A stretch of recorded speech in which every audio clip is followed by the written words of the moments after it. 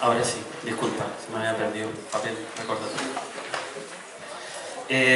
Bueno, vamos a comenzar con la mesa. Por ahora se llama Teoría Crítica de la Tecnología. A ver si nos ponemos de acuerdo después del cómo ponerle, porque por mail no lo logramos.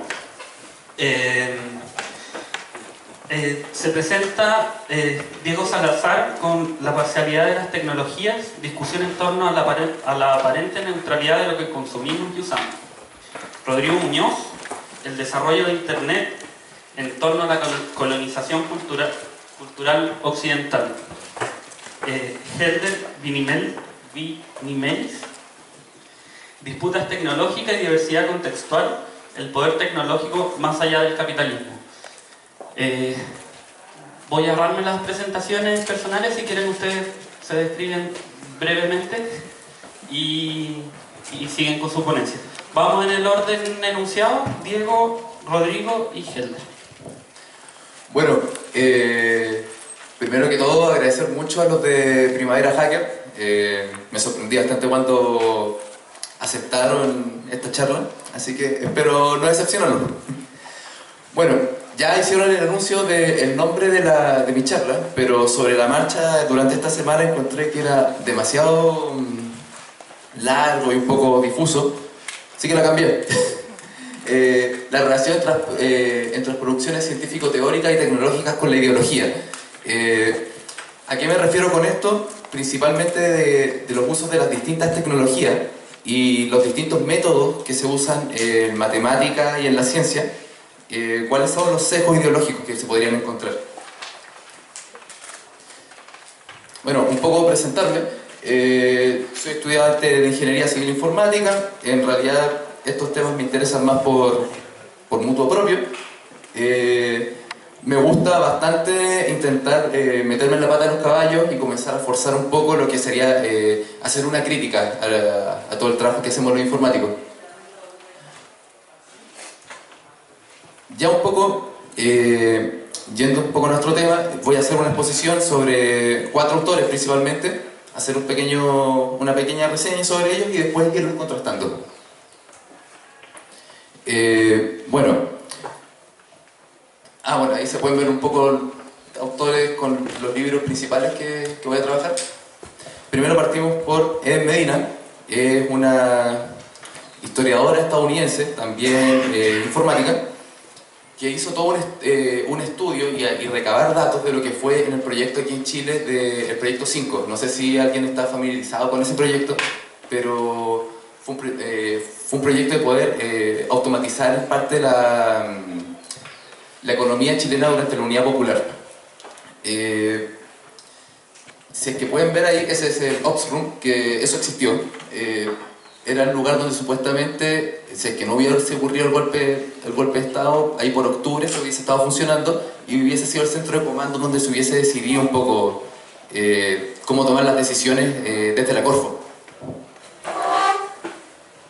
También vamos a ver el trabajo de Cathy O'Neill. Cathy O'Neill es una matemática y data scientist, científica del manejo de datos y ese tipo de cosas, que en el fondo ella lo que está viendo es los sesgos que pueden ser culturales a la hora de recabar datos y a la hora de diseñar los sistemas. No sé si ustedes conocen, antes de seguir, más o menos para saber, estudiantes y profesionales, ¿quiénes trabajan en áreas como asociadas a la informática o a la matemática? Que levante la mano. ¿Hay un poco? ¿Ya? ¿Bien? Ya, entonces voy a explicar un poco. Hay algo que se llama Machine Learning, que es el aprendizaje de máquinas con el que en el fondo una máquina se le puede entrenar con ciertos datos para que tome ciertas decisiones y haga ciertos modelamientos. También está lo que existe, el Business Intelligence, la inteligencia de negocio, que es un poco lo mismo pero aplicado a cómo tomar ciertas decisiones, trabajar con grandes bases de datos. Ahí entra todo lo que es minería de datos, que es trabajar con lo que le llaman ahora popularmente como Big Data, trabajar con grandes volúmenes de datos y poder conseguir informaciones nuevas. Y con eso también de repente uno cede el poder de decisión a la máquina y uno deja de ser consciente de las cosas que está haciendo. Esa es la crítica un poco que hace Cathy O'Neill, que después vamos a ver más adelante. Aquí ya cambiando un poco de área, también voy a hablar de Ross Wolf, un filósofo de la arquitectura marxista, que en el fondo hace todo un análisis histórico del desarrollo de los movimientos del modernismo en la Unión Soviética, particularmente en el periodo entre 1917 y 1928, más o menos, los primeros años de la Unión Soviética. Es bastante interesante porque hace un análisis principalmente de lo que sería el desarrollo de todas estas ideas cuando se tenía todo este concepto de una utopía tecnificante, que en el fondo, a diferencia, por ejemplo, la izquierda, ya después de la caída de la utopía en el estado actual en el que se encuentra, era el momento en que estaban todos alineados que se tenía que construir el futuro y todos estaban a favor del progreso, digamos, del progreso industrial. Y finalmente voy a tocar un poco también a Jaron Lanier. Es uno de los padres de lo que es la realidad virtual, uno de los padres de lo que sería el ciberespacio, un técnico brillante que también se ha dedicado bastante, a lo que sería la filosofía de todos estos desarrollos tecnológicos. Él particularmente tiene una visión contraria a los otros autores que he presentado. Él es un individualista acérrimo. Él de hecho plantea de que cosas como Wikipedia o el movimiento GNU son propias de un maoísmo digital que lo único que hace finalmente es expropiar las grandes ideas de las mentes brillantes de nuestra generación. Es bastante interesante, lo recomiendo leer, incluso de repente para criticarlo. Ahora vamos... Y justamente en línea de lo mismo, voy a hablar de las defensas del futuro. Ross Wolf, en uno de sus papers, hace una exposición de cómo la izquierda, él siempre hablando mucho desde el marxismo, la izquierda había perdido ya su futuro. Nosotros estamos en un momento en que la actualidad no estamos mirando hacia qué queremos construir, estamos en un eterno presente, estamos eternamente moviéndonos. Puede cambiar la tecnología, pueden cambiar las cosas, pero finalmente siempre estamos viviendo en el mismo régimen económico, siempre estamos viviendo con las mismas relaciones de producción, y eso se ha mantenido durante los últimos 200 años, con ciertas excepciones y los países en vías de desarrollo subiéndose al tren más tarde, pero finalmente eso es lo que ocurrió y se ha ido enquilosando cada vez más. ¿Por qué hablo de dos visiones de futuro? Porque contrastando lo que dice Ross Wolf con Jaron Lanier, para ellos dos su sujeto principal, su sujeto histórico, sería se está definido por distintas clases. Para Ross Wolf, como marxista, sería la clase obrera, la clase proletaria. Y así, para Jaron Lanier, él lo que quiere es un futuro en el que todos seamos clase media. En el fondo, él lo que aspira es a la búsqueda de que todos seamos una sociedad de productores, consumidores y todos pequeños burgueses en el fondo, y con alto nivel de educación. También, entre las dos distinciones de por qué se generan estas distintas ideas, es la eterna disyuntiva entre qué es lo que genera, cómo es que se mueve la dialéctica entre la materia y la idea. Jaron Lanier es de los que propone que la idea se cristaliza en la materia. Mientras tanto que Ross Wolf, como marxista, cree que en el fondo la materia es la que engendra la idea. Y que ahí es donde, en el fondo, esa dialéctica, ese movimiento entre cómo se crean las ideas y la materia, parte en la materia y termina en la materia. Esto se puede ejemplificar en términos técnicos. Jaron Lanier, por ejemplo, toma lo que sería la creación del MIDI, como los secuenciadores, sintetizadores, teclados. Cualquiera que haya trabajado alguna vez con Guitar Pro está familiarizado, o que haya usado la internet en el año 2000, sabe lo que es un MIDI. Pero en el fondo es tomar el computador y hacer que genere cierto sonido y que genere cierta escala. Jaron Lanier, él es un gran opositor a que haya existido el MIDI como existe. ¿Por qué? Porque en el fondo él dice de que el fondo del MIDI lo que hace es capturar la esencia de un piano. Si se fijan, un piano tiene varias teclas, está segmentado de una manera discreta, y tiene solamente una gama exclusiva de sonido y una gama exclusiva de cómo se tocan esos sonidos. Entonces, por ejemplo, hacer la contratación de por qué un MIDI no puede hacer de manera eficiente dentro de su mismo lenguaje sin tener que andarlo hackeando. Por ejemplo, representar la gran gama de sonidos que puede tener un violín. Que los que no estén familiarizados con el instrumento, es un instrumento que no tiene traste. Entonces, él lo que dice es que lo que ocurre es que a un técnico se le ocurren estas ideas y finalmente se cristalizan en una solución de la que no podemos salir. Y él es crítico del MIDI porque en el fondo él hace un mea culpa de nosotros los técnicos. Cuando se creó el MIDI no nos dimos cuenta de que estábamos creando un monstruo del que no íbamos a poder escapar. Y que en el fondo él es de la idea de que el mundo de las ideas, toda la creatividad puede tomar vía propia en la realidad y se escapa de nosotros, pero que en el fondo nace de la idea. Ross Wolf, haciendo un paralelo, habla un poco de lo que sería la discretización del tiempo, cómo se crearon los segundos neutronales. En el fondo, nuestros días estén divididos en 24 horas no es trivial.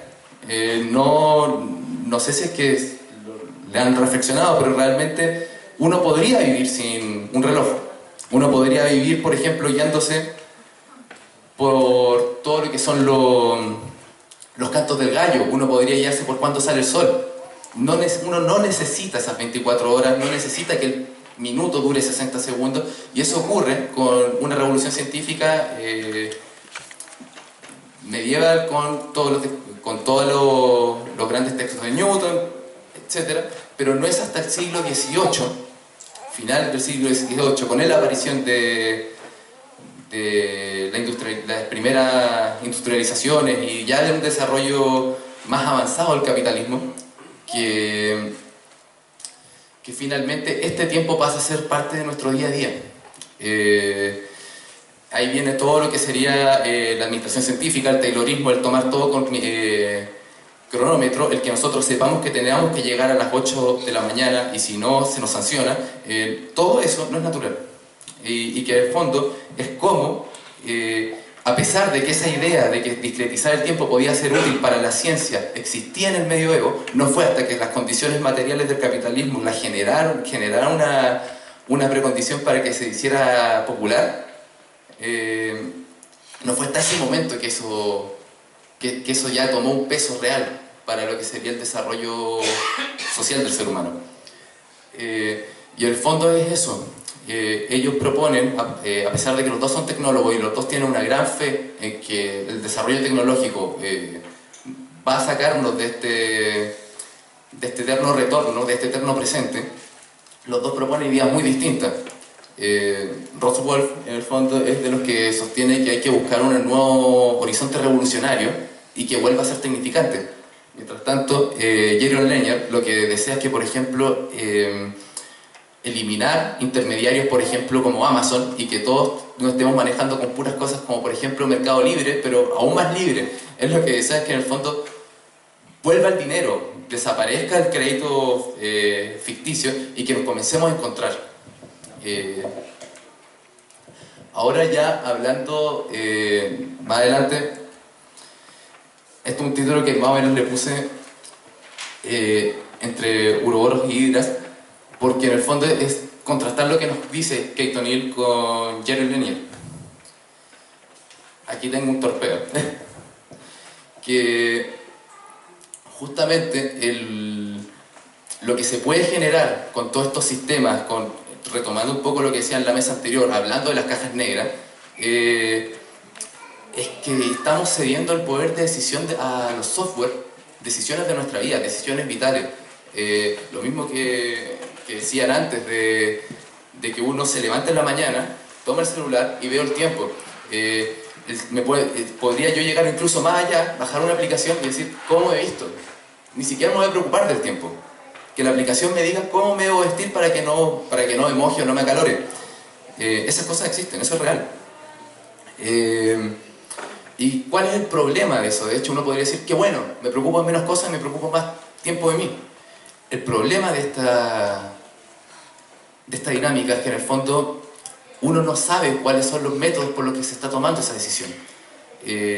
Un caso que Keith O'Neill decía que ocurrió en Estados Unidos, por ejemplo, es cómo, por un sesgo histórico, cuando se decidió automatizar el sistema de dónde enviar a los policías en Estados Unidos, se les enviaba a los lugares de más escasos recursos porque justamente por un histórico es donde habían habido más conflictos policiales. Pero esto ocurrió al mismo tiempo en que se estaban escapando y estaban prófugos muchas personas en Wall Street. Entonces, hacía una crítica un poco de cómo podía ser de que en esta situación el software no fue capaz de adaptarse a la nueva realidad, sino que se basó en un montón de sesgos, incluso de índole racista, para finalmente poder decidir dónde mandar todos los retenes. Y así hay varios casos. Está el caso de Starbucks, como finalmente ellos utilizaron estos software de decisión para decidir sobre la marcha en los horarios de las mismas personas. Finalmente uno tenía que estar pendiente de la aplicación de Starbucks permanentemente de los trabajadores, porque ellos no tenían tiempo de poder readaptarse. Les cambiaban el horario todos los días. Entonces de repente la misma persona, porque le podía ser más conveniente, porque según el software vivía cerca o algo así, le tocaba cerrar y abrir. Y podía dormir 3 horas. Cosas como esa, que en el fondo uno dice que es irracional y todo, es finalmente lo que ocurre cuando uno cede estos poderes de decisión que de repente incluso ni siquiera pueden ser porque la gente sea maquiavélica, así, siendo un poco abogado del diablo. No es necesario que tengamos a un Mark Zuckerberg pensando cómo arruinarles la vida a todos nosotros. Ni siquiera, no es eso. Es cómo la ideología finalmente define, la ideología imperante en la sociedad, puede definir ciertos parámetros y el técnico, yo soy informático, nunca lo pensamos. Nunca pensamos en la consecuencia de lo que podía tener nuestras acciones. Y particularmente, ese sería como el lado de la hidra. Cuando uno genera estas aplicaciones, Keith O'Neill habla de armas de así como existen las armas de destrucción masiva, ella habla de armas de matemática masiva, weapons of math destruction. ¿Por qué? Porque en el fondo estos softwares finalmente se reconvierten en entes masivos, altamente destructivos y misteriosos. Finalmente no están fuera de nuestro control, y Jaron Lanier, en la misma línea, hace una crítica de lo que ocurre con las economías tecnológicas. Que ocurren servidores sirena, como los llama él, que atraen a otros servidores sirena y finalmente generan polos de información. Cuando alguien convierte la información en su negocio, se generan problemas, por ejemplo, como que si yo soy un hub de datos y soy una empresa que entrega seguros, puedo comenzar a utilizar todos mis datos para asegurar a la gente que no necesita seguro. Y todos los que necesiten seguros, que me van a quitar mi dinero, los echo para afuera. ¿Cuál es el problema? Y que ya ha comenzado a ocurrir en Estados Unidos en algunas áreas. Pasó ahora con el tema financiero el 2008. Cuando uno comienza a crecer mucho como empresa y comienza a usar estos trucos para no tener que competir, sino como para hacer estas barreras de ingresos, finalmente ocurre la tragedia de que uno se convierte en el sistema. O sea, todas estas empresas que comenzaron a echar para afuera a todos estos parias, finalmente se dan cuenta que son las únicas empresas, porque todas las demás quebraron, son las únicas empresas rentables. Entonces, finalmente el sistema colapsa y cae. ¿Cuáles serían todas estas problemáticas que, por ejemplo, por qué se generan? Porque, por ejemplo, siguiendo en la línea liberal, el economista Hayek, por ejemplo, hacía una crítica a todo lo que era el marxismo, porque él estaba en contra o sea, más que estar en contra, considera imposible que existiera una agencia central para la toma de decisión de datos. Ahora lo que pasa es que ya es posible, existe esta agencia. Hay empresas que son el mercado y manejan todos los datos y finalmente ocurren esas crisis. Y ese sería el punto del Ouroboros, que finalmente es la empresa que se termina comiendo a sí misma. Y haciendo un cierre, hablar un poco de lo que sería la tecnificación de la Unión Soviética. Aquí hay un montón de ejemplos que, de hecho, si se fijan en la imagen central, esas que tienen como unas luces raras, eso sería trabajo psicotécnico y trabajo, ¿cómo se llama?, de optimización de movimiento. Si se fijan, las dos personas están haciendo un mismo trabajo, pero una está entrenada y la otra no. El Taylorismo en Occidente, su principal motor fue el poder sacar la mayor cantidad, en términos marxistas, volviendo a Ross-Wolf, sacar la mayor cantidad de plusvalor, la mayor cantidad de valor, de poder quitárselo al trabajador al menor costo. En cambio, en la Unión Soviética, las propuestas que nacieron fue: usemos esta misma lógica para optimizar el desgaste del trabajador.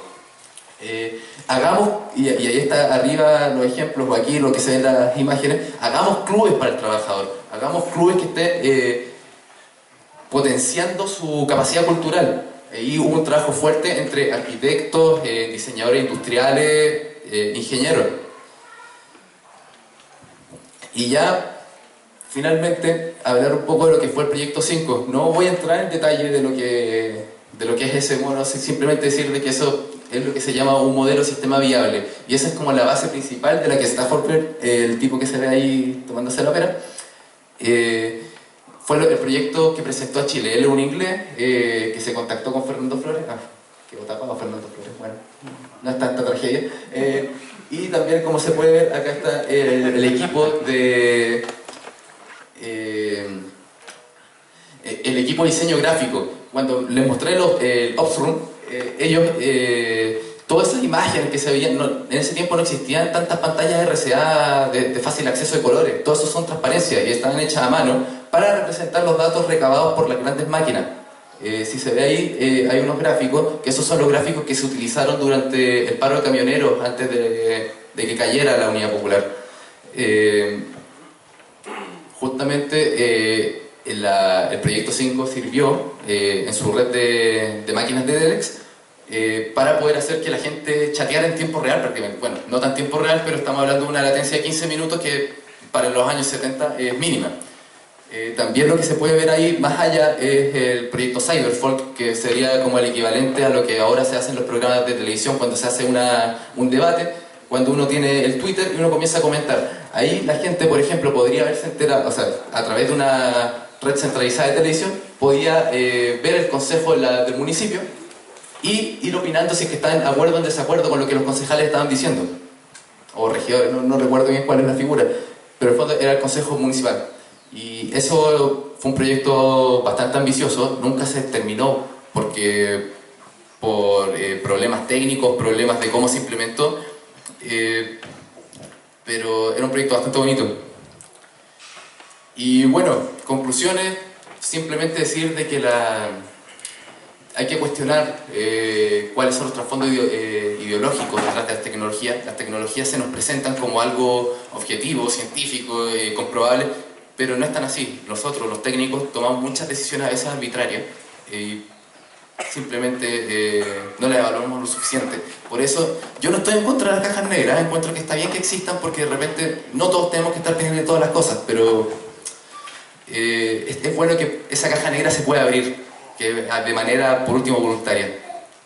Y bueno, invitarlos a que también saquen sus propias conclusiones. Los autores que presenté son bastante dispares. Y bueno, de ahí esto se va a subir, ahí pueden ver un poco cuál fue la bibliografía citada. Y eso, muchas gracias.